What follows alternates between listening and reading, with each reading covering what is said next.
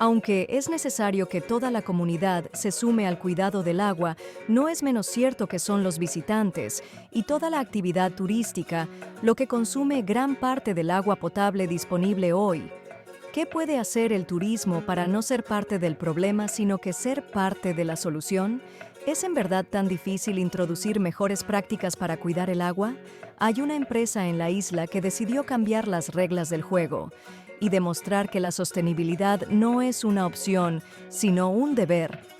En particular al tema del agua, como somos igual muy gastadores de agua por la limpieza que requieren los vehículos, necesitamos un gran consumo. Por lo tanto, cuando se construyó este galpón, se construyó con la idea de la reutilización de agua, acumulación de agua lluvia y reutilización del agua en mismo, así mismo. Nosotros acá tenemos una capacidad de 20.000 litros, tenemos 4 estanques de 5.000 litros cada uno, pero también con la idea de que estos proyectos sigan creciendo. Lo bueno es que con el clima de la isla constantemente estamos con agua, nunca nos hemos quedado sin agua o en verdad muy pocas ocasiones. Hay un estanque de 20.000 litros, entonces al final cae solamente el agua, que no necesariamente está limpia, pero sí es efectiva para el regadío y para los baños. Y como esa agua igual va con detergente, los plátanos en el fondo al final no usamos químicos para los plátanos, para su cuidado, ya que como que el jabón de los autos hace el mismo efecto de eliminar las bacterias que tienen los plátanos. Entonces al final los plátanos crecen súper sanos y con agua reutilizados. Los mismos plátanos que nacen a través de todo este sistema de agua, lo utilizamos para dárselos a los turistas en sus postres, en sus almuerzos o en las colaciones. Entonces tratamos de hacer como un ciclo bien bonito acerca de eso. Nosotros este año proyectamos poner por lo menos 3 o 4 estanques más, tratando de quedar el menos tiempo posible sin agua lluvia.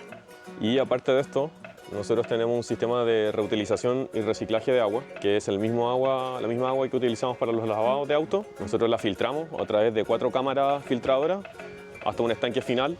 Ese estanque final está bajo tierra, que tiene una capacidad de 20.000 litros. Y ese estanque nosotros lo usamos para el regadío y el uso de los baños de nuestra oficina.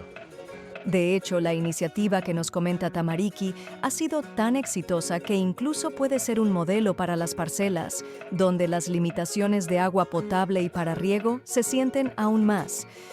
Y hoy día en nuestra parcela estamos tratando de hacer lo mismo. Estamos haciendo un autocultivo también para los turistas, nuestra familia, y también lo mismo con estanques, con paneles solares.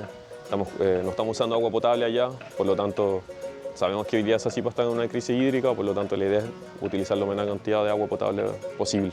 Allá tenemos 3 hectáreas, de las cuales APP 1,5, casi 2, están aradas y plantadas, diversas frutas y verduras, y allá ya tenemos 4 estanques de 3.700 litros y 2 estanques de 500 litros cada uno, en los cuales están añadidos a un techo y sin tratar de llevar agua potable desde acá, que eso ya es bastante ahorro. Y creo que hoy día lo mejor que podemos hacer con los recursos que tenemos a mano es generar lo que hoy día hacemos, reutilización, más estanques. Ojalá que todas las personas que tengan galpón sean más conscientes y usen sus estanques, sus grandes superficies de techo para poder poner estanques y recolectar agua. Al final es una ayuda para todos. Las buenas prácticas que están impulsando Tamariki y sus trabajadores son el mejor camino hacia la adaptación al cambio climático. No tiene tanto que ver con complejas tecnologías, avances científicos ni grandes inversiones externas. Tiene que ver sobre todo con voluntad, la voluntad de personas y de empresas, la voluntad de salir de la zona de confort y pasar a la acción para adaptarnos al cambio climático y cuidar nuestra agua.